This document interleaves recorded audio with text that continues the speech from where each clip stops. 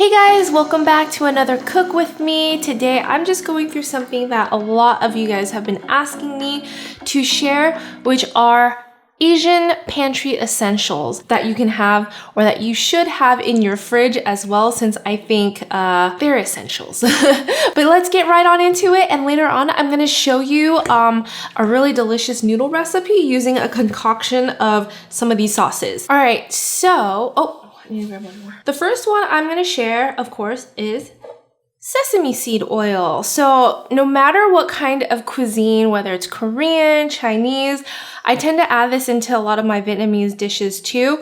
It's pretty universal. Japanese as well. It just adds a very nutty, soft flavor to your meats, your marinades, and sauces. I use this a ton in Korean cooking. Whenever I make kimchi fried rice, any noodles dish really, it really amps up the flavor. So I really recommend getting toasted sesame oil. I feel like regular sesame oil just doesn't give enough of that flavor. So if you can find it, look for toasted sesame seed oil. And one thing to note, I usually look for ones in a glass just because I feel like the ones that I've bought before in plastic seems to get sticky on the outside, which makes me think that it's seeping through, which I don't really feel comfortable with. So I always look for ones in the glass. Another item that you normally wouldn't think about for Asian cuisines, rice vinegar. So rice vinegar is a very mild vinegar. It's probably comparable to champagne vinegar if you were to buy like an American version. It's slightly different. It's mild, it's fermented rice. This one I like buying brown rice vinegar. I don't know why. I just feel like it's a little bit more healthy, which I'm sure it has like no difference. It's mild. I use this again in a lot of dressings, Korean marinades.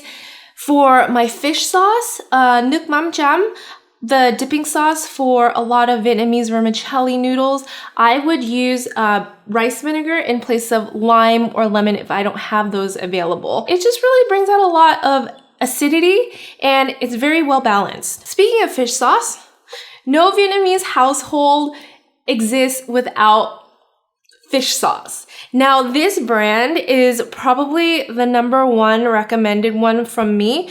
I've tried a lot of different ones. I've tried like the ones with the brown and orange label. It just is too salty for me.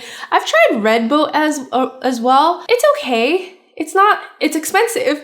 It's okay. I just think you get the best bang for your buck for this one, and it's like really good. You can find these at most well-stocked Asian grocery stores. It's a really popular brand. Now let's move on to soy sauce. If you guys can see here, I have 3 different varieties of soy sauce, and they all have very, very different purposes. So this one right here is a soup soy sauce that's actually pretty light if you transfer it out into a bowl, which I will show you right now. It's Korean soup soy sauce that's typically used for, you guessed it, soup. But I also would compare this to light soy sauce.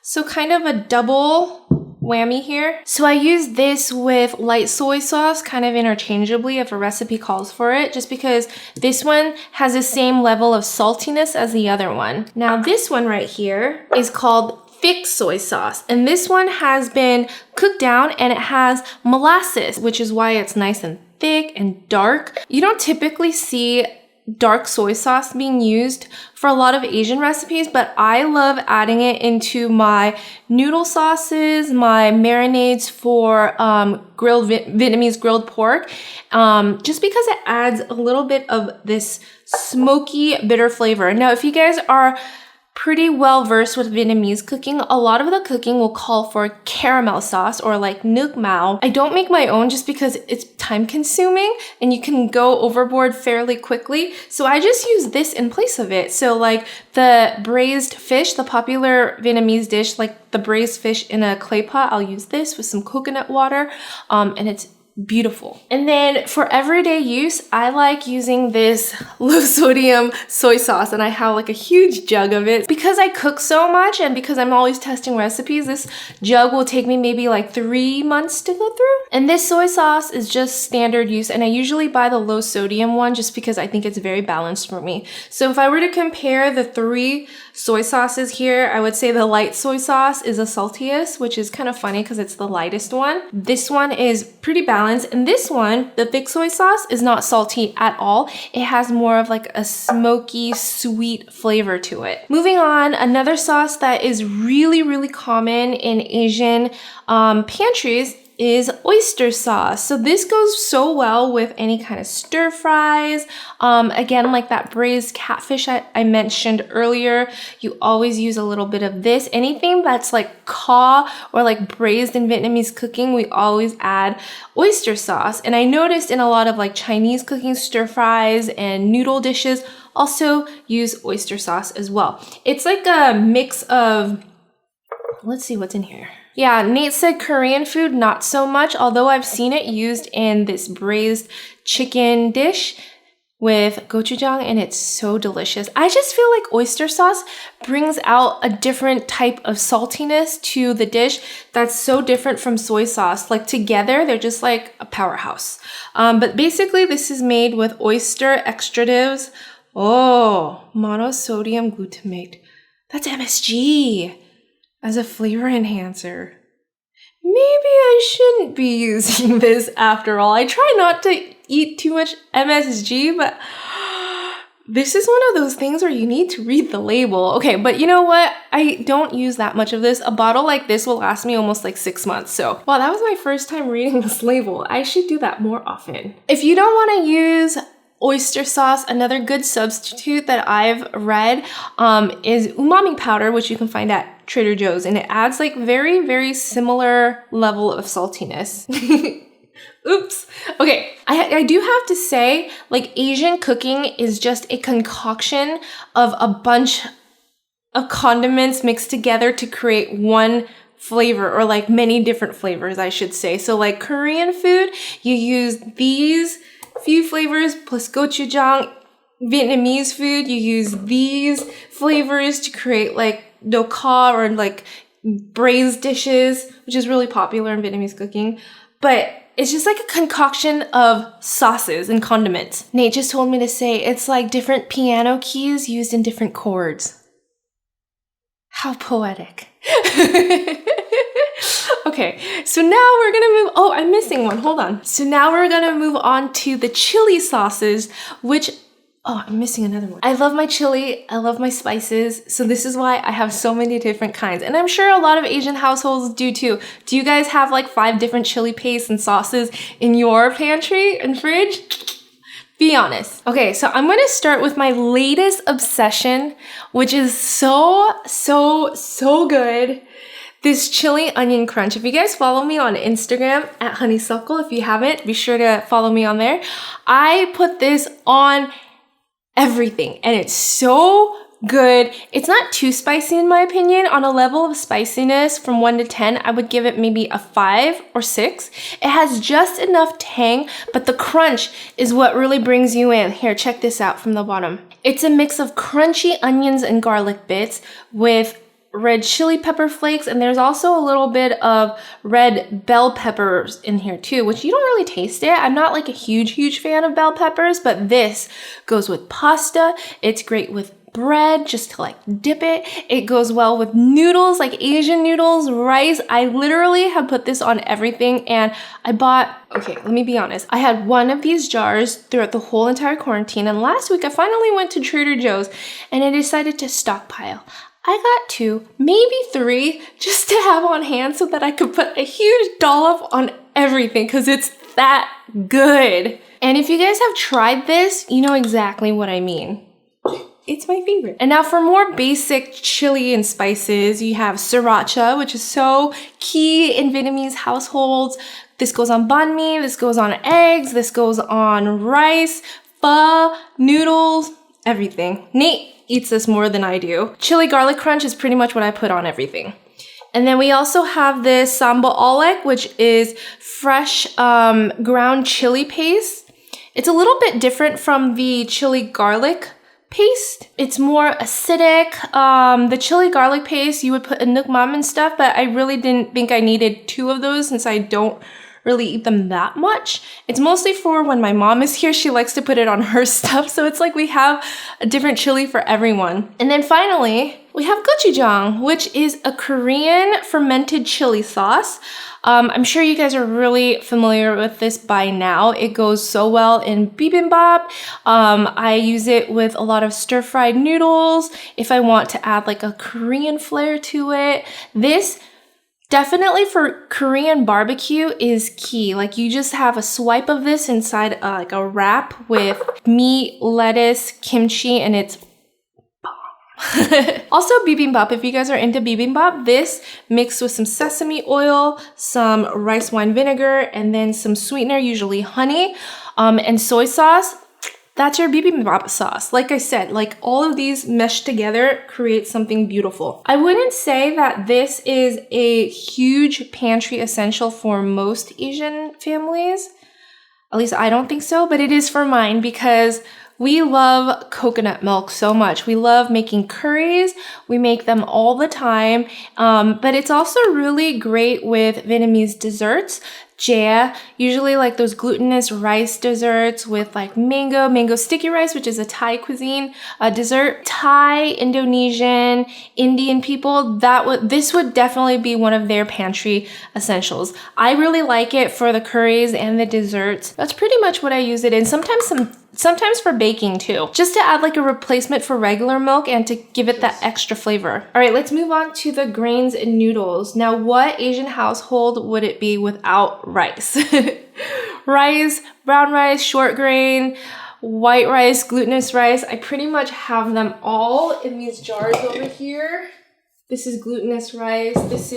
This is Korean mixed grain rice. It comes out to that purple rice you get at the restaurants. I pretty much always have like a jar like this on the counter. You guys have seen it before. I don't go through them super fast just because we don't eat a ton of rice in our family, but I did recently find this one, which I am obsessed with. Like I got this maybe 2 weeks ago and look how low it already is, but it's jasmati. So I grew up eating jasmine rice and Nate grew up eating short grain rice, so like the Calrose one, and it's kind of more sticky, and jasmine is just jasmine rice, you know, nothing too interesting. But this one is a mix, not mix, I don't really know what it is. It's long grain American jasmine rice. So it still says jasmine rice, but it's named jasmati. It separates like basmati rice, and it's crazy because I love basmati rice. It's like the Indian or like Middle Eastern foods, like when you have those types of cuisines, like it's very, very separated and so good.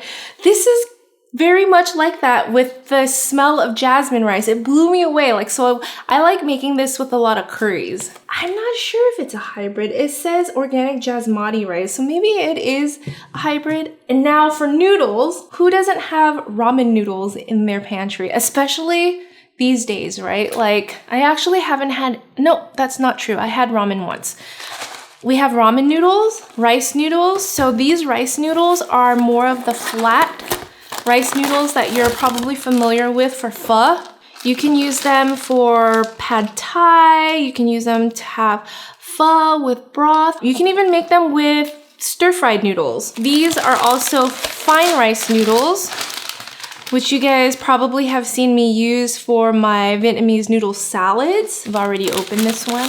Noodle salads are great during the summertime. We make them often when the weather gets hot, just because it's quick to throw together, and then you just have it with some fresh lettuce, salad, carrots, pickled daikon carrots, some mint in there, and it's just like the perfect meal with some grilled meats. Soba salads are also really great for the summertime, and I always have soba.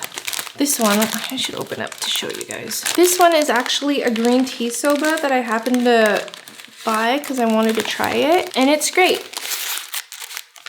It's nutty. I mean, if you guys have tried soba before, you know what it is. This one has wheat in it, so it's still a little bit chewy. But as great as dried noodles are to have in your pantry, there's nothing like having fresh noodles in your fridge, which I pretty much always have available. So we always have these frozen udon packets in the freezer.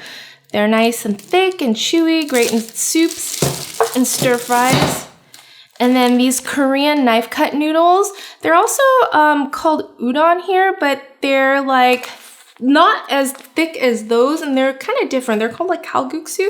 They're like knife cut and chewy, really delicious as well. I don't discriminate on what kind of noodles I use. It's basically based on my mood, if I want something thick or thin. Oh, but today I also have these fresh rice noodles, which I'm gonna be making a noodle stir fry with. Like, these are really awesome because you can cut them up into thin or thick strips, and I love pho with fresh rice noodles. There's nothing like fresh rice noodles. I mean, these are fine. Most restaurants serve these, but when you find a pho restaurant that uses fresh noodles, oh, it's just like 100 times better. I actually haven't found one that serves these fresh noodles down in LA yet, so if you guys know one, please, please, please let me know. Okay, more pantry items. I always have some kind of sweetener. Typically, I like to use honey because it's natural. It's just a little bit more mild, but right now I'm not using any honey because I don't want cross-contamination with Rolly's food. He's starting to eat solids, so infants under 1-year-old cannot have honey, so just in case like something gets mixed up in there, I just don't want anything to happen because he can get botulism. And I think that if you cook up the honey, it should be fine, but I just don't want to risk. So instead right now I'm using brown sugar, and it has, I mean, it works well, but it definitely has that like brown sugary taste into it. It makes it a little bit more sweet. If you do have any kind of sweetener, I definitely recommend honey. One key item that you should always have in your fridge, this is not a pantry item, it's more of a fridge item, but I think it's so key because it goes with every type of food, is kimchi. I buy this huge jug, and this is my favorite brand, Ocinet. You can find this at H Mart. If you guys are up in the Bay Area, you can find it at this place called Kyopo, Super Kyopo. I don't think they have it at Hankook Market. The flavor is just very, very, I don't know. It's not too sour. It's just very balanced, and it's just delicious. There's also no MSG in here, so it's all natural. And finally, for aromatics, I know this isn't like a pantry item, but it's an essential, so I'm gonna throw it into this video anyways. So for Asian cooking, we always use ginger. Ginger is great because it adds a different layer of spiciness, and also like it just makes your food so aromatic and delightful. Another one that I couldn't find at the store yesterday was shallots. Shallots is key because it's just a very mild oniony garlic flavor, and it's small so you can cut it thin, and it's great for marinades for Vietnamese cooking and braising. It's not as overpowering as onions. Of course, you also have garlic, which is key in any type of cooking. And my favorite is lemongrass. Lemongrass is usually, it comes in this long stalk, but I just buy these spice packs and then I throw it into my freezer and use it whenever I need to make something. And you like chop it up really fine, and it makes, it just smells so good. You throw it into a curry for like that light, citrusy, aromatic feel. Like eating it, it's very tough, so you always have to chop it very finely, or if I'm making like a sauce with it, I'll just smash it down and then stick it into my sauce for or soup for an hour or however long it takes to cook it. And then also for herbs, I always have to have mint in my noodle salad. If I don't have mint, I just feel like something's missing. Like you need that pepperminty flavor and that freshness that pairs with like the cucumbers and the salad. It's just perfect. Oh yeah, another one that I have to mention that's like key for Vietnamese food are green onions, which I am growing back there. I got tired of like ordering and looking for green onions during the quarantine, and I saw David Chang, Eva Chen, they started growing their own, so I'm like, that looks super easy. I can do it too, and look, it's growing! We're gonna pot them into soil tomorrow. I'm also trying my hand at growing Thai basil, so wish me luck. My mom said they're really difficult to grow, so we'll see. Weather down here is so different from the weather in the Bay Area, so I'm hoping that they'll thrive. So I hope you guys enjoyed watching my Asian pantry and kitchen essentials. If you guys want to see how I use some of these items to create a delicious Thai noodle stir-fry dish called pad see ew, be sure to check out my next video, and I'll link it in the description box below.